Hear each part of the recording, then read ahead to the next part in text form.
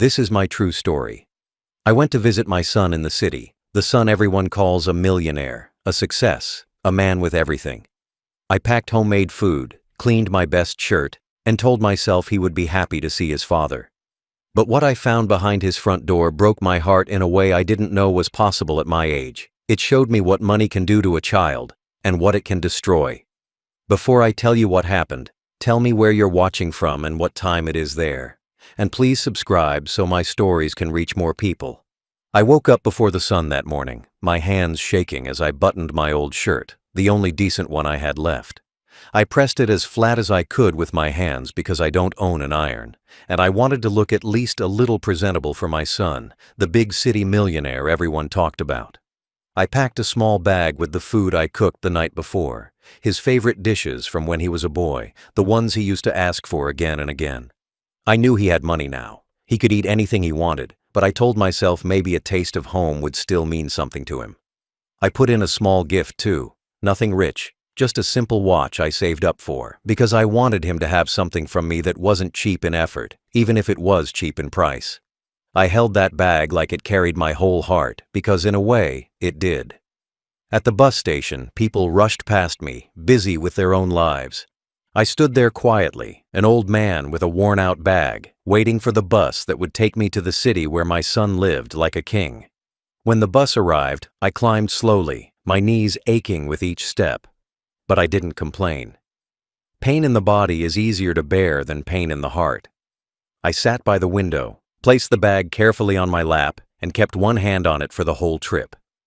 The road was long and bumpy, the seats hard, the noise loud, but I didn't mind any of it. I spent the hours thinking about my boy, about how small he once was when I carried him on my shoulders, about how proud I felt when he got his first job, about how far he had come. People on the bus talked about work, about bills, about struggles, but all I heard inside my head was my own hope. I pictured him opening the door with a big smile, saying, "Dad, you came." I imagined him taking the bag from my hands, happy to taste my cooking again. I imagined us sitting at his table, just talking for a little while, like father and son should. The closer we got to the city, the more nervous I became. My hands started sweating, my heart beat faster. I hadn't seen him in a long time. He called sometimes, sent money a few times, but visits became rare, and then they stopped. I always told myself he was busy. Important people are always busy. But in my heart, I still believed he had space for his father, even if it was small. When the bus entered the city, the buildings grew taller and brighter. Cars rushed past each other. People walked quickly, wearing expensive clothes and serious faces. I felt small, like a piece of the village had wandered into a different world. But even with all that difference, I kept telling myself one thing: my son lives here, and if my son lives here, then this place can't be completely foreign to me. I got off the bus, my legs stiff and tired. I asked for directions to his address, and people looked at me strangely when I said his name, like they couldn't believe an old man like me was connected to someone like him. Some even smiled politely, the kind of smile that says, "You don't belong here." I walked anyway, step by step, street by street, holding my bag tighter each time I felt out of place. When I finally reached his building, I had to stop for a moment just to look at it. It was tall, clean, shining, with glass doors and security at the entrance. This was not a place built for people like me, but my son lived inside, and that gave me courage. I told the guard his name, told him I was his father. The guard raised his eyebrows but checked the list, and then let me in. I could feel his eyes on my back as I walked away, probably wondering how a man like me could be father to someone so rich. I took the elevator, something I rarely do. My ears felt strange as it went up, my heart beating louder with each passing floor. I looked at my reflection in the elevator door, old face, tired eyes, wrinkled hands, and I thought, will he be ashamed of me? I pushed that thought away quickly because I didn't want to believe it. I told myself he would be proud, that he would see not just my worn clothes and old body, but the man who gave him everything he could when he had nothing. When the elevator doors opened, I stepped into a quiet hallway that smelled clean and expensive. I walked slowly to his door, reading the numbers carefully so I wouldn't make a mistake. When I saw his number, my heart jumped. This was it. This was where my son lived his big life. I stood there for a moment, fixing my shirt, wiping my hands on my pants, steadying my breathing. I shifted the bag in my arms and held it close one more time, like I was hugging him before seeing him. Then I raised my hand, ready to knock, carrying nothing but food, a small gift, and the hope that for one day I would feel like a father again. As I stood there in front of his door, holding my bag tight against my chest, my heart began to fill with the kind of hope only an old father can understand. I imagined the moment he would open the door. I imagined his face lighting up with surprise, his arms opening wide, his voice shouting my name with joy. I imagined him pulling me inside, telling me how much he missed me, how happy he was that I came all this way just to see him. I imagined him taking the bag from my hands, smiling at the familiar smell of my cooking, saying he had not tasted food like that in years. I imagined us sitting together at a big table in his fancy apartment, me watching him eat the same meals he loved as a boy. Him telling me stories about his life in the city, his success, his friends, his plans.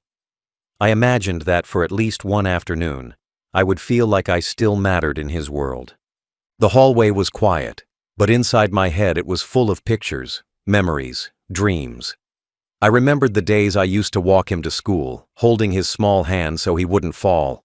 I remembered the nights I stayed awake working extra hours so he could have things I never had. I remembered the pride I felt when he told me he got his first scholarship, the way he hugged me when he graduated, the tears in his eyes when he left for the city with nothing but ambition and a suitcase. Those memories gave me strength.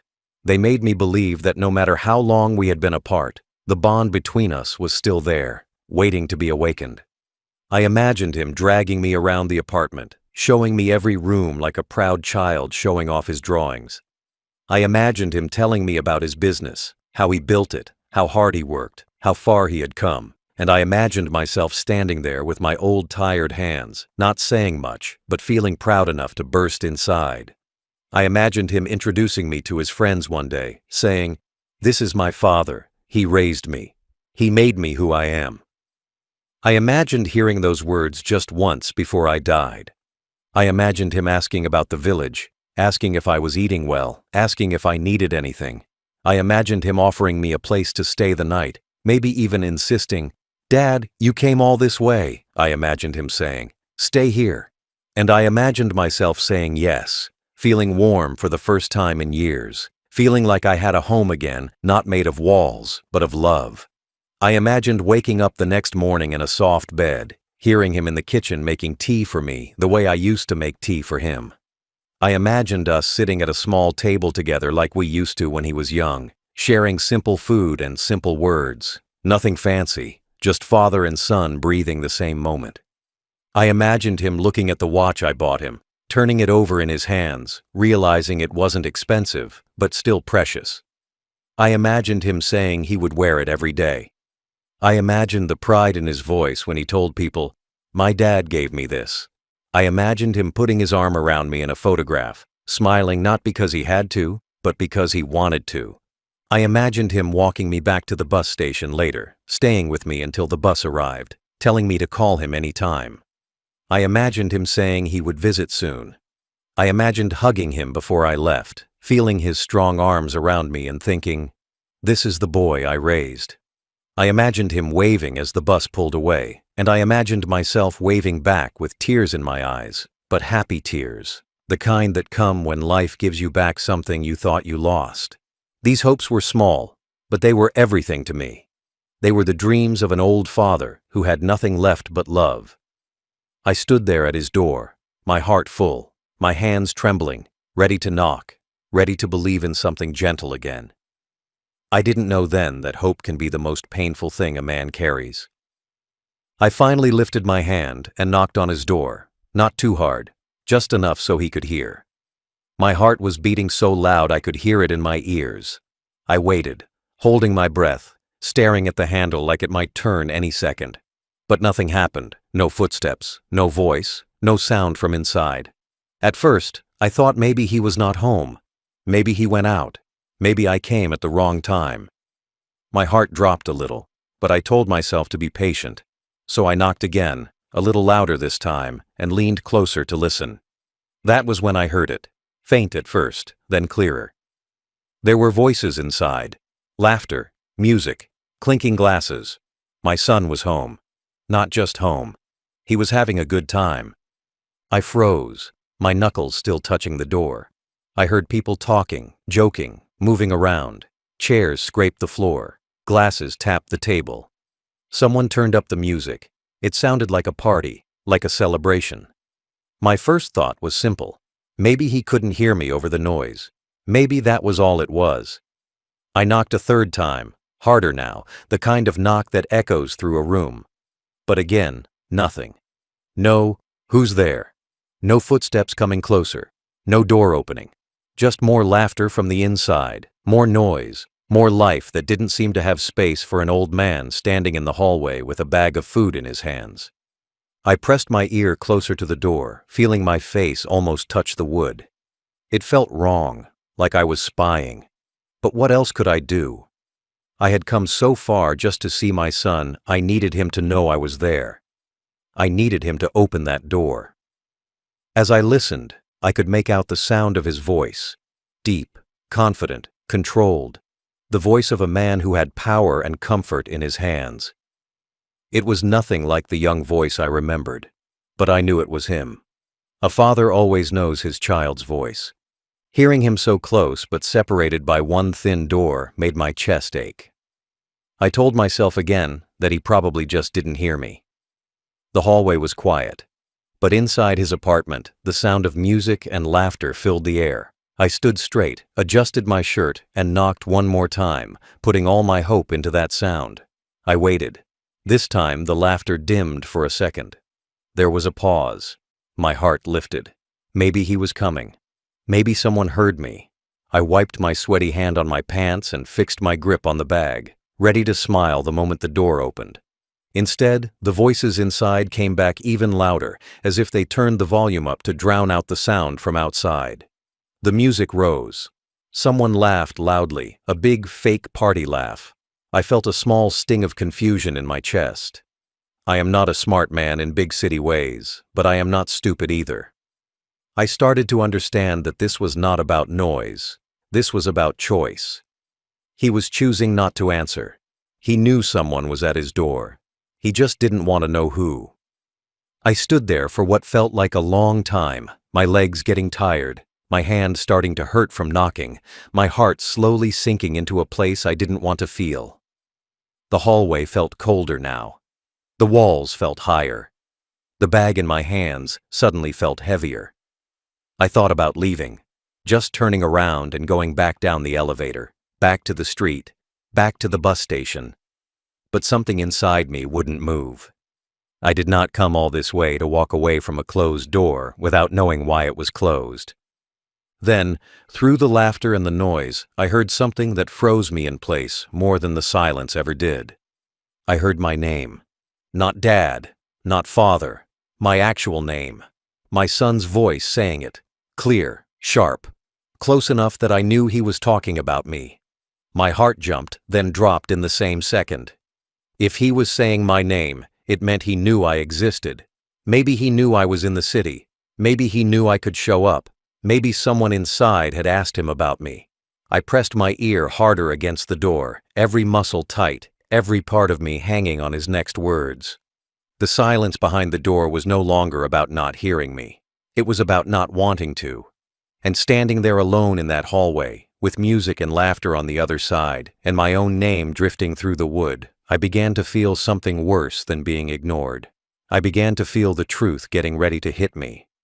I stayed with my ear against the door, even though my chest already felt tight from the silence. I wanted to believe my son was saying something kind about me, something warm, something that made the long trip worth it. But the moment the music lowered a little, I heard his voice clearly, and each word hit me like a stone thrown straight at my heart. He laughed first, a loud laugh, the kind people use when they want to impress others. Then I heard him say, "Don't worry about my dad." He said it like I was a joke, like I was something to brush off. My heart sank, but I kept listening. Because sometimes a father needs to hear the truth, even when it burns. He continued, his voice casual and sharp. He's just an old man from the village. Those words cut me open. All those years I worked in the fields, broke my back, saved every coin to send him to school, gave him every chance I never had. And now I was just an old man from the village. He kept talking, and each word made the hallway feel smaller and colder. I don't want him showing up here embarrassing me, he said. The people around him laughed, real laughter, not polite laughter. Laughter that said they agreed with him. Laughter that pushed me lower than I had ever been pushed in my life. My hands shook so hard I almost dropped the bag of food I brought for him. The gift I wrapped carefully now felt like something stupid, like something a fool would carry. I stood there frozen, listening as my own son tried to erase me to impress his rich city friends. And he kept going. He doesn't fit in here, he said, like I was some dirty thing that didn't match the clean floors of his expensive apartment. He's not someone I want people to see. That was the moment something inside me cracked. I raised him. I fed him.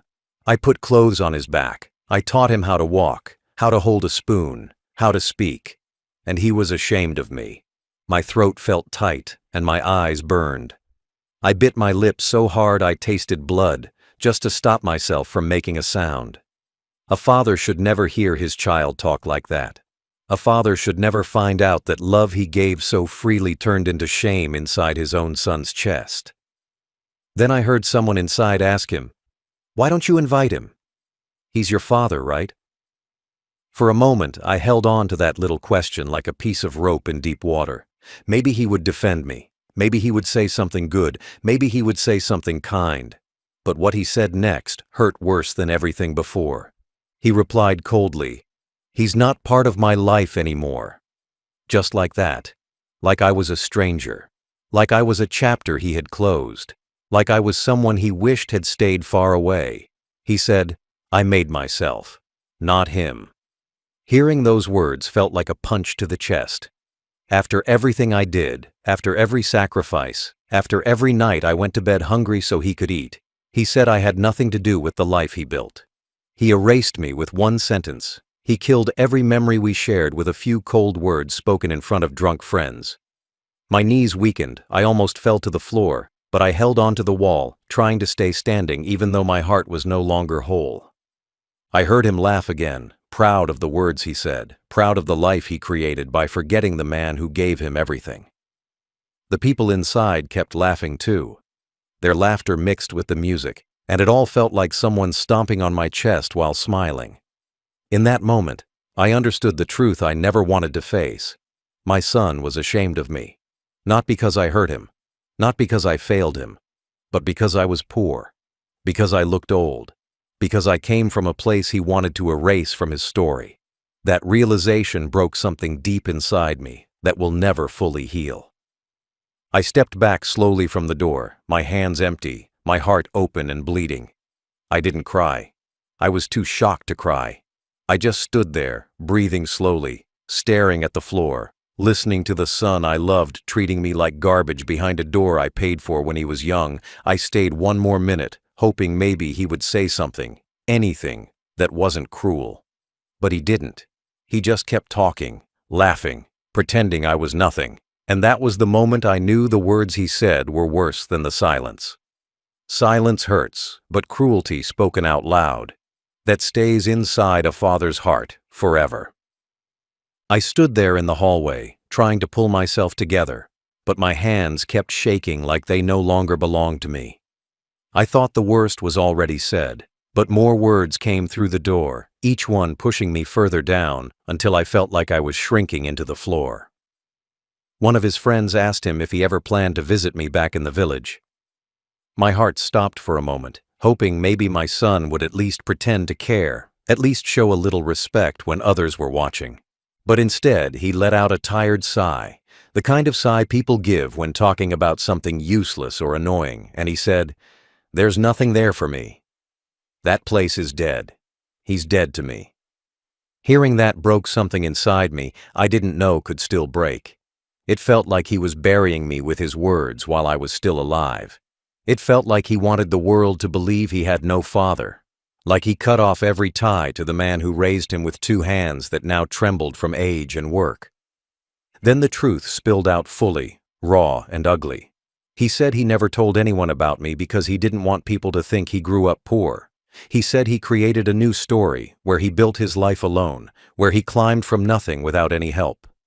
He didn't mention the years I carried sacks heavier than my body to earn school fees. He didn't mention the nights I stayed awake working so he could sleep safely. He didn't mention the food I didn't eat so he could have extra in his lunchbox. He erased everything. He reshaped his life by removing the man who gave him the foundation he now stood on proudly. Each sentence felt like another shovel of dirt thrown over my name, trying to bury it forever. He even joked about my old clothes, my worn-out shoes, the way I speak, the way I look. He said he didn't want his rich friends to meet someone like that. Someone simple, someone low. I never knew my son saw me like that. I never knew he carried that shame inside him. I thought he was busy. I thought life in the city pulled him away. I never imagined he was running from me like I was a stain he needed to hide. For a moment, I forgot how to breathe. The hallway felt tight. The air felt heavy. And I had to place my hand on the wall to steady myself. I wondered where I went wrong. I wondered when his heart turned cold. I wondered when the love I gave became a burden he pushed away. Then came the words that finally killed the little hope still beating inside my chest. He said, "If he ever comes here, I'll make sure the guards don't let him in. I can't have him showing up and ruining everything I built." That sentence destroyed me. My own son was planning ways to keep me away. Planning to lock me out like some stranger begging at his door. Planning to erase me completely from his future. Listening to that felt worse than any pain I have ever known. Not even hunger, not even sickness, not even the nights I slept outside as a boy. This was a different kind of pain. The kind only a child can give to a parent. The kind that sits inside the chest and hurts with every breath. And then, as if life wanted to crush me even more, the door suddenly opened a crack. Not wide, just enough for a sliver of light to hit the hallway. I held my breath, thinking maybe he opened it to check. Maybe he sensed I was there. But it wasn't him. It was a stranger leaving the party. He didn't see me standing there, and the door closed again just as fast. But in that quick moment, I saw something through the gap. His apartment, full of laughter, drinks, expensive clothes, expensive people, and my son in the middle of it all, smiling like he had no past, no history, no father. That small glimpse felt like a punch to the heart, because in that moment, I understood the full truth. He had built a life that didn't need me, didn't want me, didn't include me. I wasn't forgotten. I was removed on purpose. I stood there silently, my body heavy, my heart empty, my soul shaking. The truth was clear now, clearer than ever. My son didn't just forget me. He replaced me. And I realized I came all this way to knock on a door that no longer had a place for a father like me. I stood there staring at the floor, my legs shaking so badly I thought they would give out under me. The hallway felt colder with every second, like the walls were closing in around my chest. I could still hear my son's laughter from inside, but now it didn't sound like my son at all. It sounded like a stranger I never raised, a man who forgot everything except his pride. My fingers loosened, and the bag I brought for him almost slipped from my hand. I held onto it tightly, as if holding it would stop my heart from falling apart. But nothing could stop the weight inside me from dropping like a stone straight into my stomach. It hurt to stand there, but it hurt even more to move. I felt trapped between wanting to knock again and wanting to run far away. My breath came out slow and shaky, the kind of breath you take when your heart breaks quietly inside you without making any sound. I leaned against the wall to keep myself up. My knees went weak, and for a moment I thought I would drop to the floor right there. The shame burned inside me so deeply I felt it in my bones. A father shouldn't hear his child speak like that. A father shouldn't be treated like a burden, like a stain, like someone who doesn't belong. I thought about all the nights I carried him on my back when he was tired. I thought about how he used to fall asleep on my chest when he was little. I thought about how he used to run to me after school, smiling so big his cheeks stretched. Those memories crushed me because the man behind the door was no longer that boy. That boy died somewhere along the path he took to become the rich man who now laughed at the thought of being connected to me. My heart throbbed so hard it felt like someone was squeezing it with a cold hand. I never imagined I would hear my son call me an embarrassment. I never imagined he would feel ashamed to be my son. I never imagined I would stand outside his door like a beggar listening to him erase me with his words. The pain sat heavy in my chest, choking me, filling my throat with a tight lump that wouldn't go away. I wanted to cry, but the tears didn't come. Sometimes the hurt is too big for tears. Sometimes the heart breaks in silence because the pain is too deep to reach the eyes. I just kept standing there like a tree cut from the inside but still standing because it doesn't know it's dead yet. Then I remembered the long trip I made just to see him. I remembered sitting on the bus with the food on my lap, dreaming of a warm hug, dreaming of hearing him say, "Dad, I missed you." I remembered the way I smiled to myself thinking about surprising him. I remembered how proud I felt when people in my village talked about him, the millionaire son who made it big in the city. They said I must have raised him well. They said he must love me so much. And now here I was, watching my pride crumble into dust at my feet. The truth hit me over and over again. My son didn't want me. Not my love. Not my presence. Not the father who gave him everything he had. I felt a sharp pain in my chest and pressed my hand there, trying to calm myself. The hallway lights buzzed above me, making everything feel even more empty. I looked at the door one last time, hoping maybe, just maybe, it would open. Hoping he would come out. Hoping he would say something, anything that didn't hurt. But the door stayed closed. The laughter inside got louder, like life was moving on without me. Like I never mattered. Like I never existed in the story he told those people. I felt myself sinking, piece by piece, like an old structure collapsing after standing strong for so many years. My grip on the gift bag finally loosened, and it slid from my fingers. It dropped to the floor softly, but the sound echoed in my heart like thunder. I bent down slowly to pick it up, but halfway there, I stopped. I stayed bent over for a moment, gripping my knees, trying to breathe. I had never felt so small. I had never felt so alone. I had never felt so unwanted. When I stood up again, I felt like a different man, older, heavier, broken in a way no doctor could fix. I looked at the bag in my hands and realized I didn't belong there.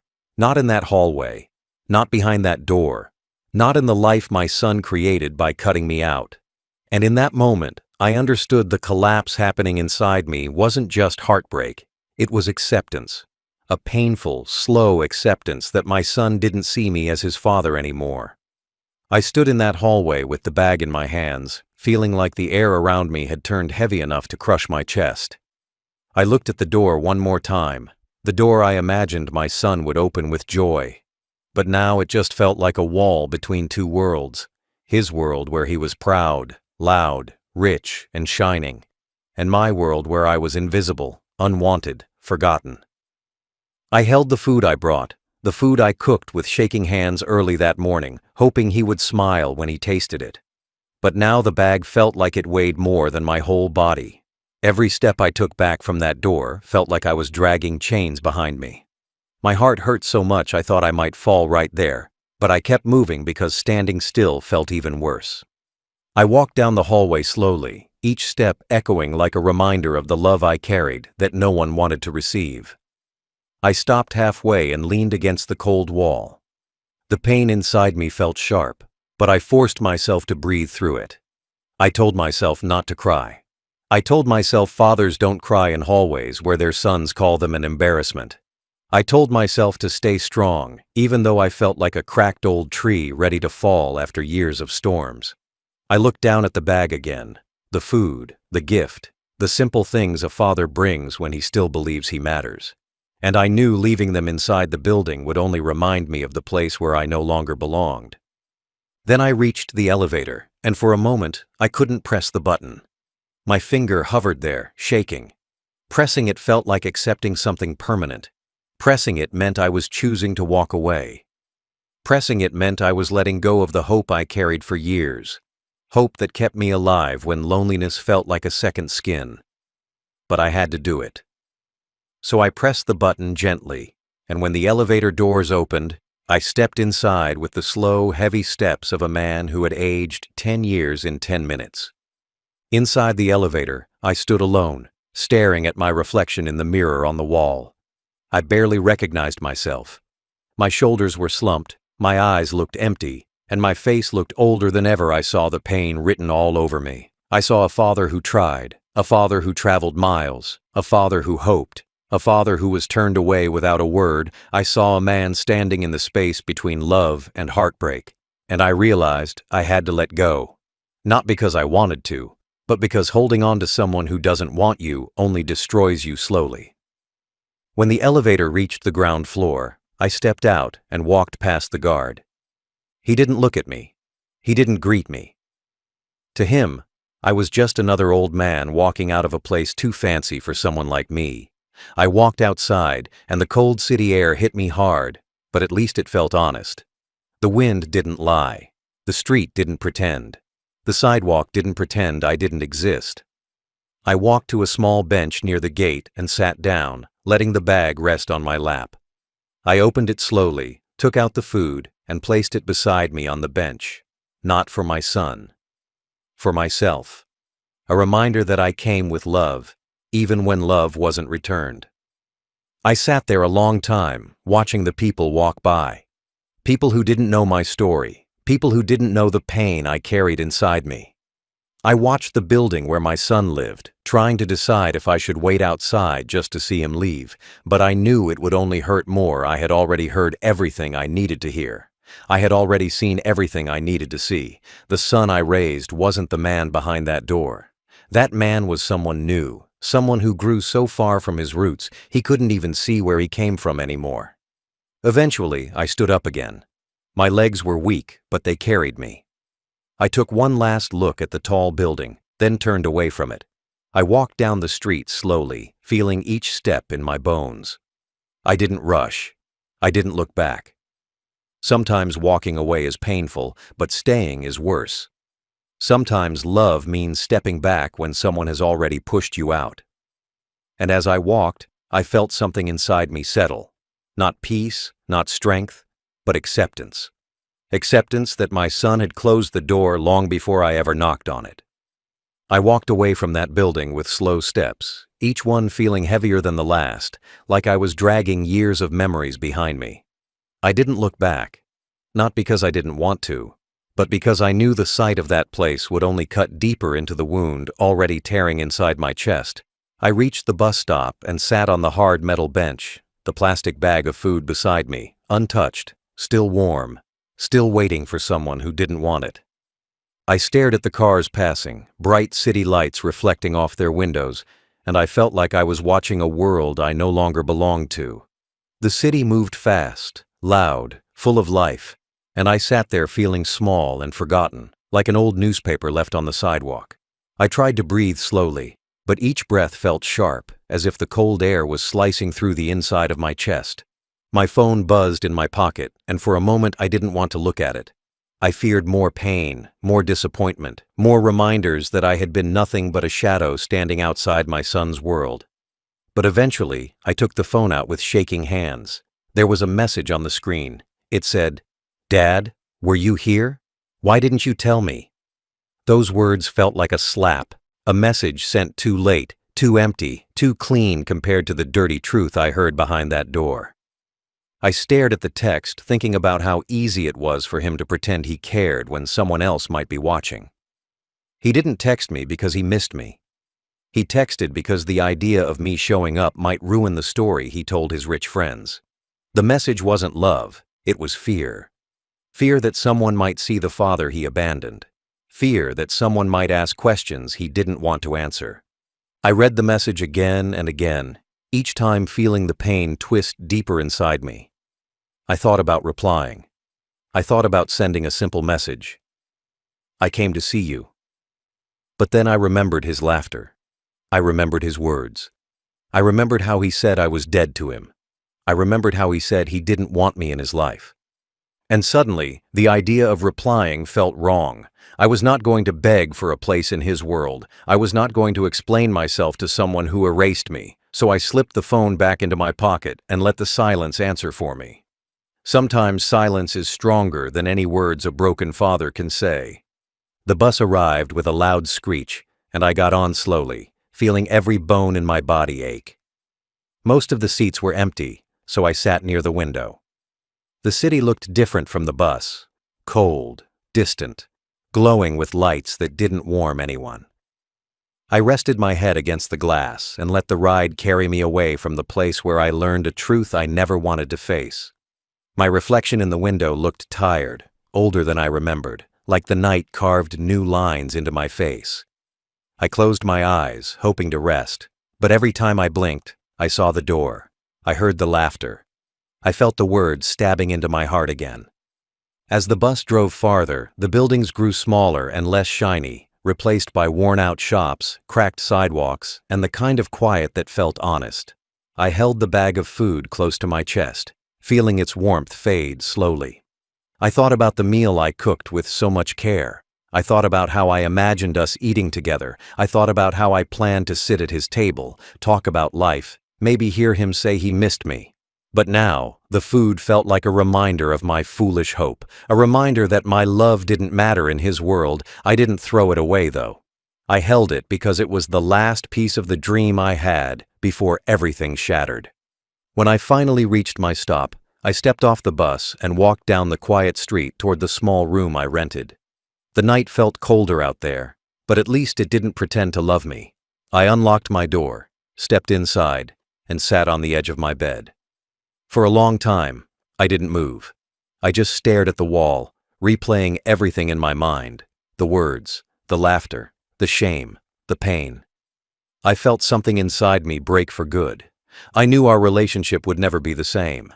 I knew the son I raised didn't exist anymore, and I knew that sometimes the deepest pain a father feels is not when a son leaves, but when he realizes the son has already let go long before the father ever knew. I sat on the edge of my small bed, the room quiet enough for me to hear the slow, heavy beat of my own heart. The pain from earlier still sat deep inside my chest. Like a rock I couldn't lift off no matter how many times I tried to breathe it away. I looked at the bag of food on my lap, the same food I carried across the city with so much hope. Now it felt like a reminder of everything I lost in one night. I thought about sending my son a message, thought about asking him why he said those things, why he threw me away so easily, why he was ashamed of the father who gave him everything. But the longer I sat there, the clearer it became. I didn't need another answer from him. He already gave me all the answers I needed behind that door. He showed me exactly where I stood in his life. And sometimes the truth hurts more when it's spoken clearly. I placed the food on the table and sat back again, letting the cold air wrap around my shoulders like a thin blanket. I stared at the wall, but it felt like I was staring through it, into the past, into all the years I spent raising him, teaching him, protecting him, hoping he would grow into a man who remembered where he came from. I realized then that love alone is not enough to hold a family together. A father can give everything: time, sacrifice, strength, love. But if a child decides to forget, the father becomes nothing more than a shadow, standing outside a locked door. I wiped my face with my hands, not crying, just tired. Tired in a way only a parent can understand. The kind of tired that comes from loving someone who doesn't look back. That night, I knew I had to make a decision. Not for him, but for me. I couldn't keep breaking myself trying to fit into a place where I was clearly not wanted. I couldn't keep holding on to a version of my son that no longer existed. He moved on from me long ago, and all I did was hold on to memories while he erased me piece by piece. So I decided something simple, something painful, something honest. I would stop chasing a son who didn't want to be found. I would stop waiting for a message that didn't carry love. I would stop letting my heart depend on his silence. I would let him live the life he chose, even if that life had no place for me in it, not out of anger, but out of acceptance. I stood up slowly, feeling my knees crack under the weight of age and sorrow. I walked to the small window and opened it a little, letting the cool night air brush against my face. Outside, the street was quiet, a few streetlights flickering like they were tired too. I breathed in the air, trying to calm the storm inside me. And as I stood there, I understood something important. Sometimes the only way to protect your heart is to step back from the people who hurt it, even if they're your own blood. I told myself that moving back from him didn't mean I stopped loving him. It just meant I loved myself enough to stop bleeding for someone who didn't care if I was hurting. I closed the window, walked back to the table, and sat down again. I took the food out of the bag, placed it on a plate, and ate it quietly. Every bite tasted different than I expected. Not like comfort, but like closure. This was the food I made for him. Food I wanted to share with him. But eating it alone reminded me of the truth. Sometimes the people we raise grow into people we no longer recognize. And sometimes those people forget the hands that fed them. After I finished eating, I cleaned the table, put away the leftovers, and washed the plate slowly, letting the warm water calm my shaking hands. By the time I dried the plate, my decision felt settled inside me, heavy but steady. I sat on my bed again, turned off the lights, and closed my eyes. The room went dark, but it was a peaceful kind of darkness. The kind that gives rest instead of fear. I whispered to myself, not to him, not to anyone else. Enough. Enough hurting. Enough hoping. Enough waiting. It was time to live my life, even if that life was simple, quiet, and alone. It was better to walk through life with honesty than to stand outside a door full of lies. The next morning, I woke up before the sun. The room still dim, the air cold enough to make my bones ache. I sat on the edge of my bed for a long moment, letting the silence settle around me like a thin blanket. My mind drifted back to the night before, the words I heard, the shame I felt, the way my heart cracked open in that hallway. I tried to take a deep breath, but even the air felt heavy, as if the pain from yesterday had followed me into the new day. I stood up slowly, stretching my stiff back, and looked around my small room. It wasn't much, but it was honest. No fake smiles, no hidden voices, no doors that stayed closed in my face. Just 4 walls that held me without judgment. I walked to the sink, splashed water on my face, and stared at my reflection in the small, cracked mirror. My face looked older, worn, tired in a way no sleep could fix. I saw lines that weren't there years ago, lines carved by years of hard work, years of loneliness, years of trying to be a good father. But as I kept looking, I also saw a kind of strength I didn't notice before. Not loud strength, not proud strength, but quiet strength. The kind that grows in men who survive hurt after hurt and still wake up the next morning. I placed my hand on the mirror, right over my reflection's heart, and whispered in my mind, "You did your best." Because I did, I gave everything I had, and a father cannot do more than give everything. I sat down at the table and ate a little of the leftover food. It tasted different today. Simpler, softer, like the weight of last night had drained the flavor from it. Still, I ate slowly, reminding myself that life didn't stop because my heart was bruised. The world didn't stop turning because my son turned away from me. I had to keep moving too, even if each step hurt. As I chewed, I let my thoughts wander back through my life. The nights I worked late so he could study. The mornings I left home early just to save enough money for his school fees. The small sacrifices I made without thinking. I remembered how proud I felt the day he left for the city, how I walked home smiling even though my pockets were empty. I remembered telling everyone in the village that my son was going to achieve great things. I remembered the pride in my chest when I heard he became a millionaire. And then I remembered the crushing pain of hearing that same son erase me from his life just to shine in front of others. After breakfast, I stepped outside and sat on the small bench near the door. The morning air was cold but honest. I watched people walking to work, kids running to school, old men sweeping the street. Life was simple around me. Nothing fancy, nothing shiny like the world my son lived in. But for the first time in a long while, I felt like I was exactly where I belonged. Not because I wasn't good enough for his world, but because his world didn't know how to value someone like me. Someone who loved without conditions. Someone who gave without expecting praise. Someone who remembered where he came from.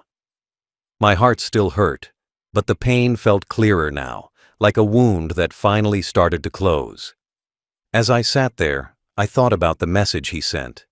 Those words, "Dad, were you here?"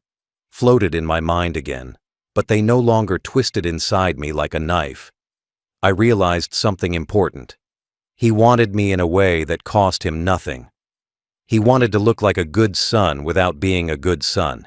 He wanted the image, not the responsibility. And I finally understood that answering him would only open the door for more hurt. So I made peace with my silence. I made peace with letting him live his life while I lived mine. Maybe one day he would feel the emptiness of the path he chose.